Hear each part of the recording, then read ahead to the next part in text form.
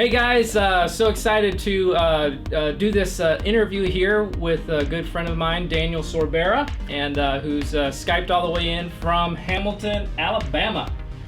And Daniel's been a missionographer for a little bit and it's got an interesting story.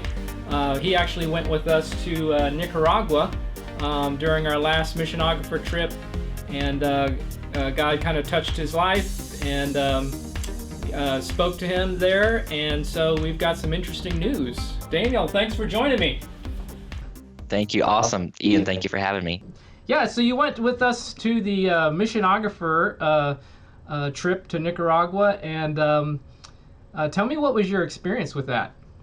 Yeah, that was back early last year, and I remember we had a mutual friend in Dave Matheson, and he approached me and said, "Hey, Daniel, this trip we're going to Nicaragua.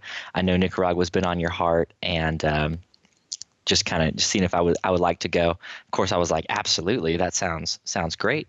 So I had no idea, didn't know Ian yet, didn't know the rest of the team, didn't know Sandy, didn't know anything about Children of Destiny, but I was super excited to go, and just had that expectancy, knew that something was going to happen on this trip, really that God had something for us.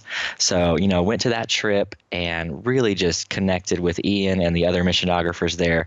I really felt like family, like part of the team, even though they hadn't met me previously.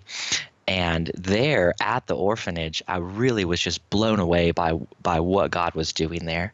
That I met kids that had been through some really rough situations and things that we can't even really begin to imagine, and really just felt the heart of the Father for these kids, and just to bring love where there hadn't been love. So really, God just started to touch my heart there. Yeah. In fact, even while you were there, you and Stephen had some interesting, or I should say, heart-wrenching situations. In fact, we shot a video of it and put it together in a little piece that kind of shows what missionographers go through. And so before we go any further, I'd like to just show that video and let people see some of the sights and some of the things that we as missionographers deal with. Tell me about what you experienced there. Well, we're here in Nicaragua, and we're missionographers here, shooting for a orphanage, a children's home here. And I was just told of this little girl named Alison. She's 4 months old, this little baby, and her caretaker was telling me that for the first 3 months of her life, she spent in a hospital. Her biological mother had tried to kill her after she was born. She kicked in her skull. She broke all of her limbs. Thankfully, they were able to get the baby to the hospital and she didn't die. But she was showing me, I touched the back of her head and she just has no skull. The back of her head is completely soft. You can, if you were to just push there, you could kill her. There's no skull.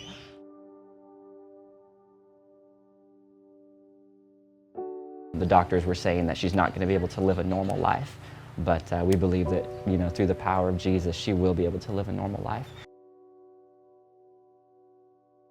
As I was getting this story, I was kind of torn between this place of feeling excited that I got such an emotional story captured on film, and then also feeling this just ache on the inside that I just want to fall on the ground and cry over this situation, over this girl.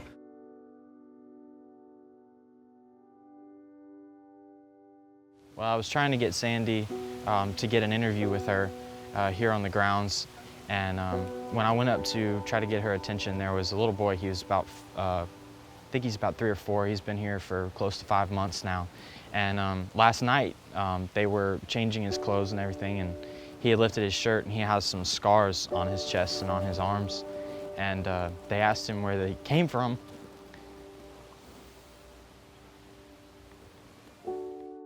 I'm sorry. I was trying not to think about it. He said, "My papa did that."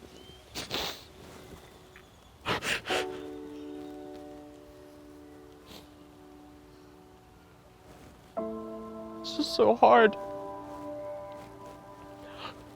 for a child that young to realize that his father did that to him.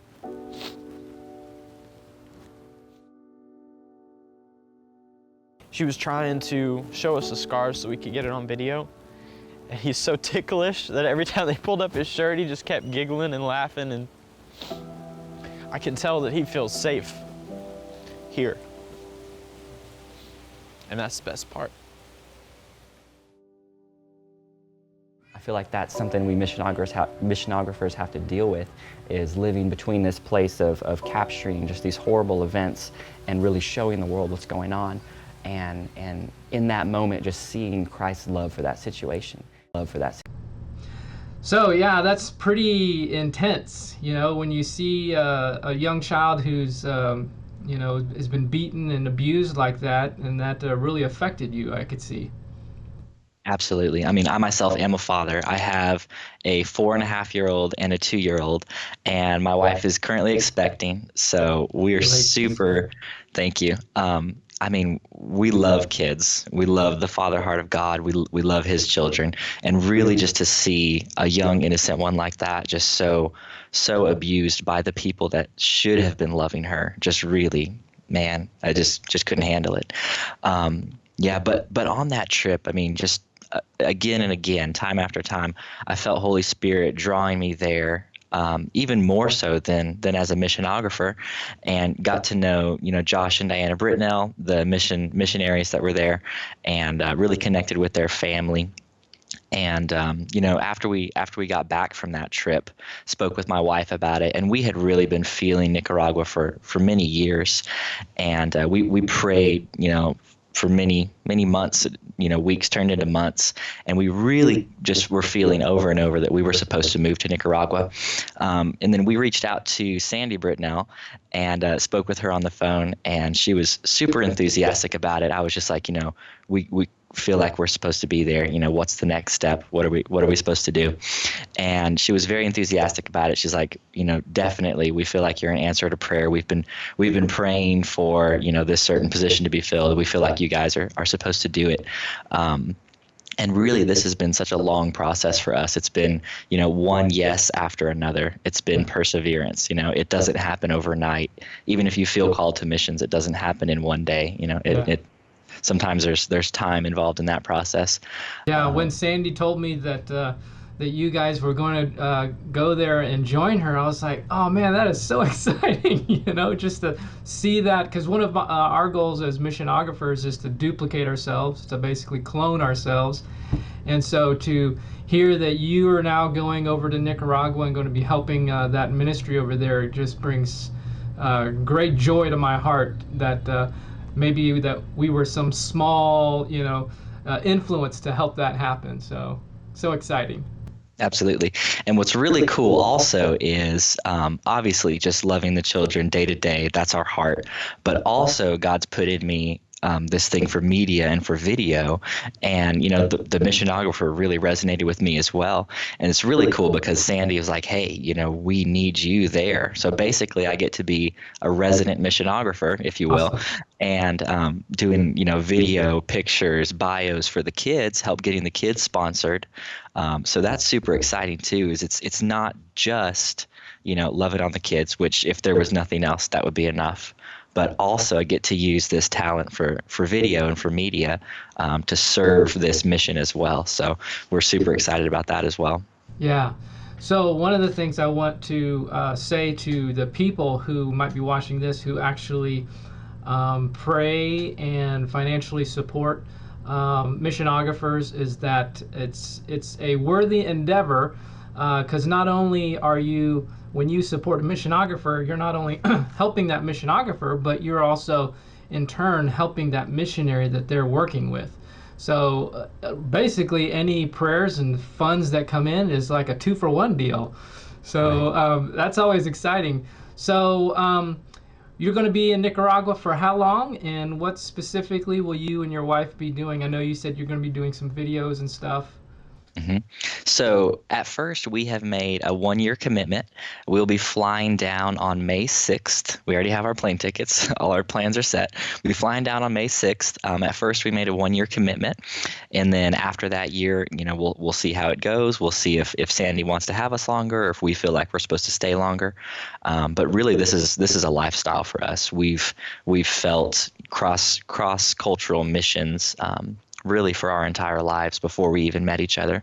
So this really is a lifestyle for us. We have no intention of returning to, quote unquote, normal life. We really just want to serve God in whatever he has for us.